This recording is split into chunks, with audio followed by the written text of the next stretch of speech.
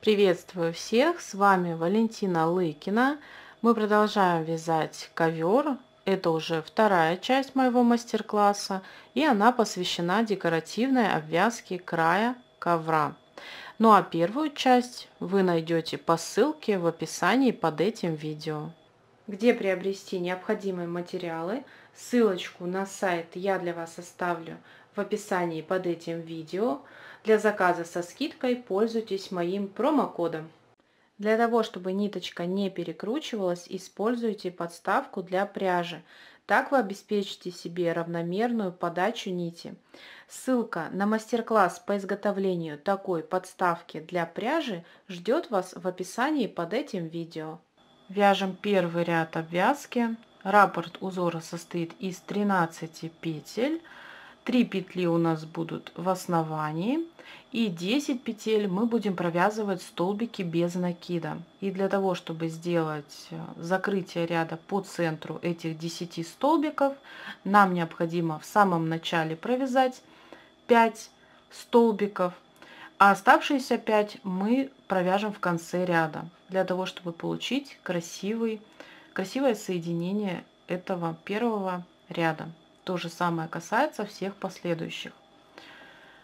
Сейчас мы провязали первую петлю раппорта, первый столбик, вяжем второй. Находим следующую петлю основания, вводим под нее крючок, захватываем рабочую нить, вытягиваем на высоту рабочей петли на крючке, захват рабочей нити и провязываем через 2 петли на крючке. Тем самым сформировали второй столбик без накида. Вяжем третий, перемещаемся под следующую петлю основания, вводим крючок, захватываем рабочую нить, вытягивая ее на высоту рабочей петли на крючке, захват рабочей нити, провязали через 2 петли. Тем самым сформировали третий столбик. Довязываем четвертый, делая все то же самое. И также провязываем пятый.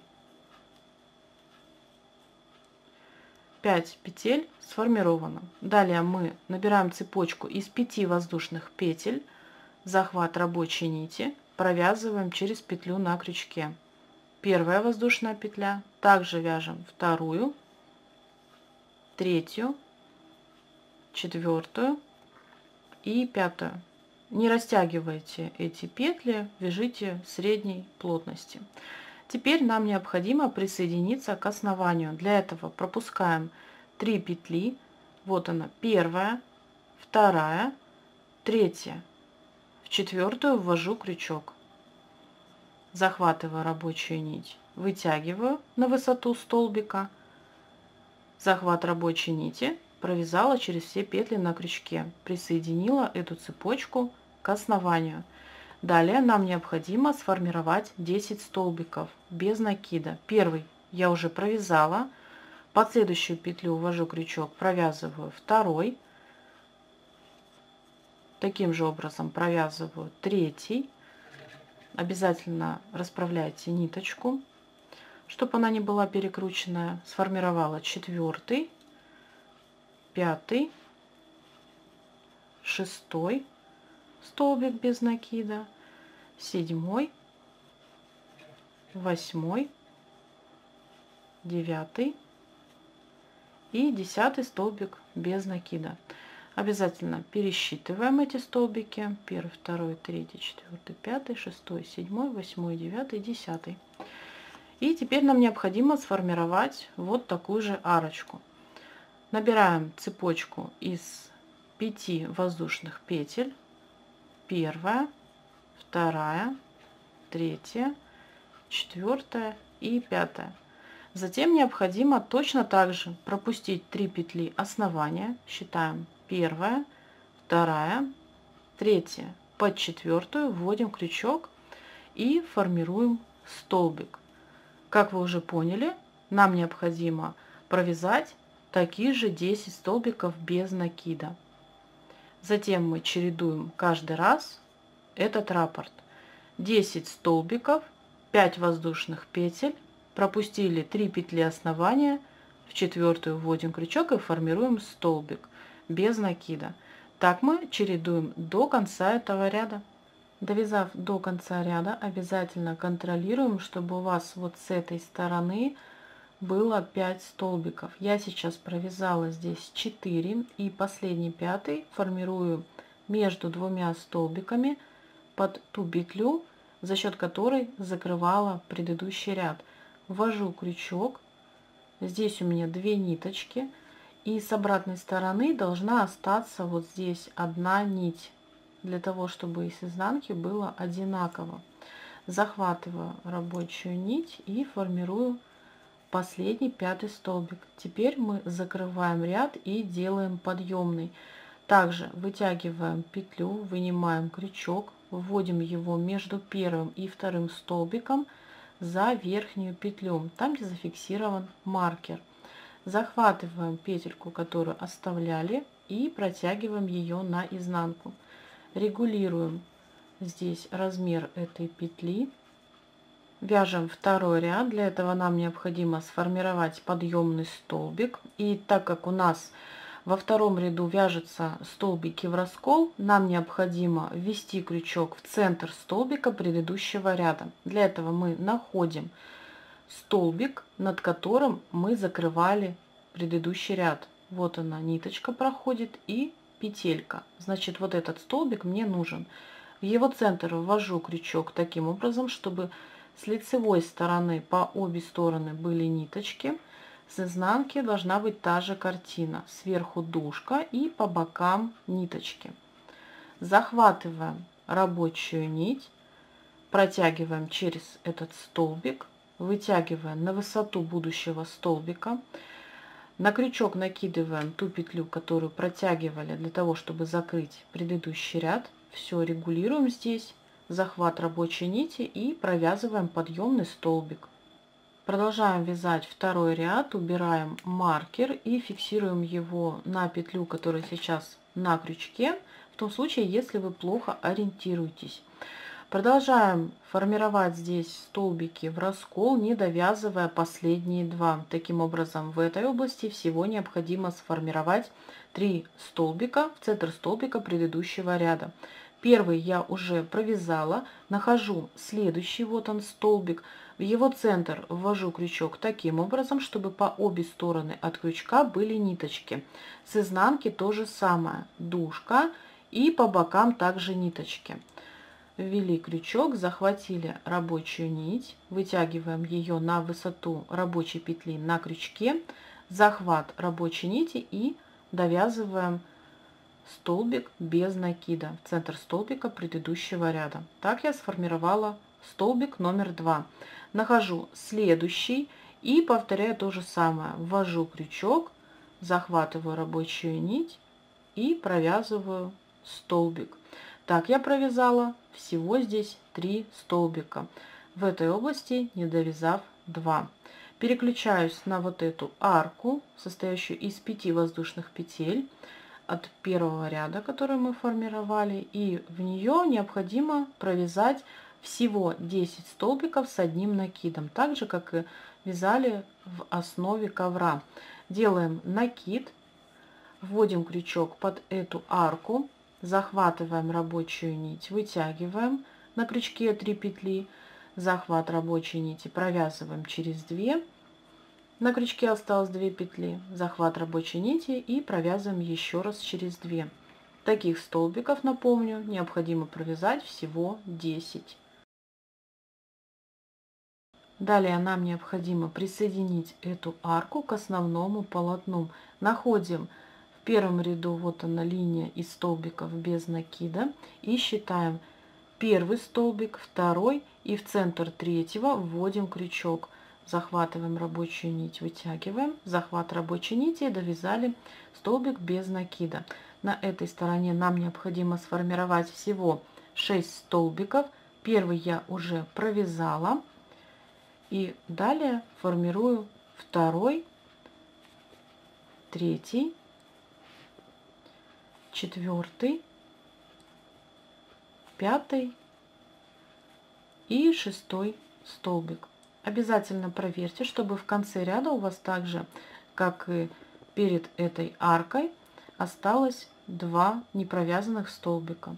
Как вы уже поняли, В следующую арку мы точно так же, как и в этом случае, формируем 10 столбиков с одним накидом. Вторую арку мы точно так же, как и первую, присоединяем к основному полотну, пропуская 2 столбика. В центр третьего вводим крючок и формируем столбик без накида. Довязываем до 6 столбиков в этой области. Сейчас я провязала 2. Вяжу третий, четвертый столбик без накида, пятый и шестой.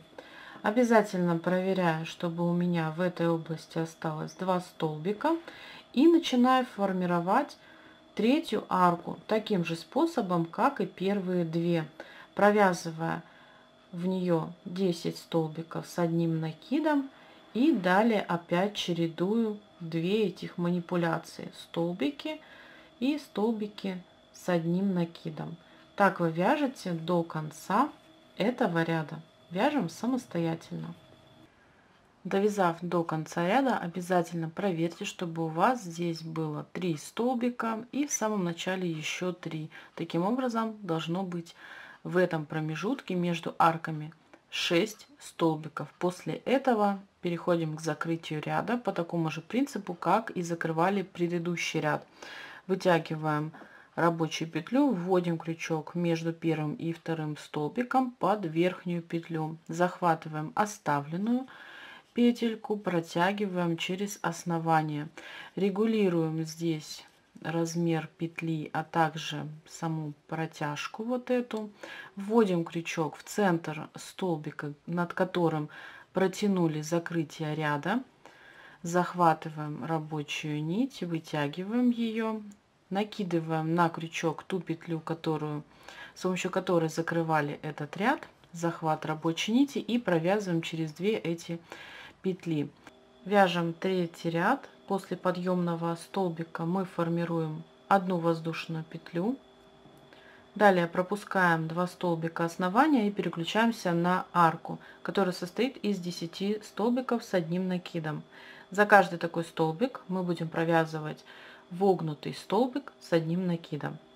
Я делаю накид, нахожу в этой арке самый первый столбик, вот он, этот столбик, с изнанки на лицо ввожу крючок перед этим столбиком. Обратите внимание, что у меня здесь петля, и вот так проходит ниточка. Итого 3 нити.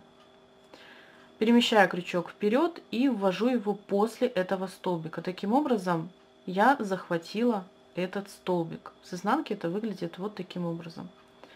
Захватываем рабочую нить и протягиваем через основание, вытягивая на высоту рабочей петли на крючке. Не стягивайте этот столбик, эти петли, потому как сам столбик будет уходить назад и будет казаться слишком маленьким. Поэтому вяжите свободнее, но в итоге у вас должно получиться и этот, и во втором, и в третьем ряду столбик должен быть одинаковый. Захватываю рабочую нить, провязываю через 2 петли на крючке. На крючке осталось опять 2 петли. Захват рабочей нити и еще раз через 2. То есть все остальное мы делали то же самое, что и в классическом случае вязания столбиков с одним накидом. Далее между такими вогнутыми столбиками мы будем формировать 1 воздушную петлю всегда. Мы провязываем 1 воздушную петлю и повторяем то же самое. Делаем накид, находим уже следующий столбик, с изнанки на лицо вводим крючок перед столбиком и после захватили этот столбик. Захват рабочей нити, вытягиваем эту ниточку, захват рабочей нити через 2, захват рабочей нити и провязываем еще раз через 2. Так сформировали следующий вогнутый столбик с одним накидом. Обратите внимание, что у меня высота столбиков одинаковая, но этот вязала я гораздо свободнее, так как часть вот эта, она ушла за вязание, и поэтому оказалась на лицевой части вот такая косичка. Делаю воздушную петлю очередной раз, накид, и уже под следующий столбик ввожу крючок и провязываю очередной вогнутый столбик с одним накидом. Так, мы повторяем, пока у нас эти столбики не закончились. Напомню, что у нас во втором ряду было 10, соответственно, и в третьем ряду тоже должно быть 10 столбиков. Вот так все у вас должно здесь получиться. Провязав последний вогнутый столбик с одним накидом, мы формируем одну воздушную петлю и переключаемся на основание, где формировали столбики без накида. Здесь в самом начале пропускаем 2 столбика, в центр третьего вводим крючок и провязываем столбик без накида. В следующий столбик, также в центр, мы формируем второй столбик без накида. Обязательно проверьте, что у вас после этой конструкции остается 2 столбика основания. Теперь мы переключаемся опять на арку, делаем одну воздушную петлю, накид и формируем вогнутые столбики с одним накидом, пока не провяжем все 10 столбиков этой арки, формируя между этими столбиками воздушную петлю. Так мы чередуем до конца этого ряда и вяжем самостоятельно. Довязав до конца ряда, обязательно убедитесь в том, что после столбика у вас сформирована воздушная петля и столбик без накида. Теперь нам необходимо закрыть этот ряд таким же способом, как и закрывали в основе ковра. Находим подъемный столбик, вот она петля. Далее располагается петля воздушная. Вот под нее за 2 ниточки вводим крючок. С изнанки должна остаться одна нить. Захватываем петельку, которую оставляли, и протягиваем. Далее регулируем расстояние между вот этими 2 столбиками. И теперь вводим крючок между этими столбиками за 2 ниточки. Ввели крючок, захватили рабочую нить, вытягиваем. На крючке сейчас рабочая петля. Подхватываем ту, которую оставляли. Обязательно отрегулируйте высоту. Захват рабочей нити, провязали подъемный столбик. Вяжем последний 4-й ряд. Сейчас у меня сформирован подъемный столбик, к нему необходимо набрать цепочку из 3 воздушных петель. Я захватываю рабочую нить и провязываю через рабочую, выполнив таким образом первую воздушную петлю. Также вяжу вторую и третью воздушную петлю. Набранную цепочку мне необходимо присоединить к основе. Я нахожу столбик в основании, далее у меня располагается воздушная петля и столбик с одним накидом. Там, где у меня располагается воздушная петля между 2 этими столбиками, я в эту арку ввожу крючок. Захватываю рабочую нить, вытягиваю, захват рабочей нити, провязала столбик. Набираю опять цепочку из 3 воздушных петель, захват рабочей нити, провязываю первую, вторую и третью. Опять необходимо присоединить набранную цепочку к основе. Нахожу следующий участок между 2 столбиками, там, где провязана воздушная петля, под эту арку я ввожу крючок и также формирую столбик без накида.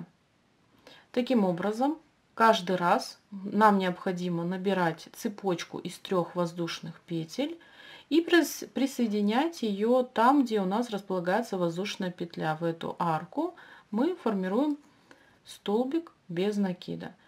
Так вы вяжете на протяжении всего этого ряда в этой области. Там, где располагаются 2 столбика, мы вводим крючок между ними под верхнюю петлю, состоящую из 2 ниточек. И также формируем столбик без накида.